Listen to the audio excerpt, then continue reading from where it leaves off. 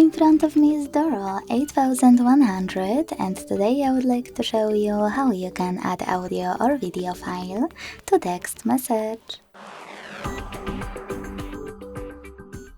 Begin by launching messages and selecting or creating a chat. Then use this icon of a plus at the bottom left corner to add an audio file. Select Files and look for your file by tapping on Audio at the top, selecting one of those apps or clicking on those three lines at the top left corner.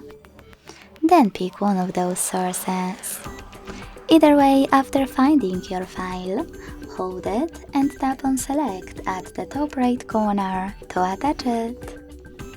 To add a video one, select Gallery section over here and look for your video, then tap on it to attach it. If you can't find it, select Folders icon at the bottom right corner and look for your video file the same way as for an audio one. Then hold it and tap Select.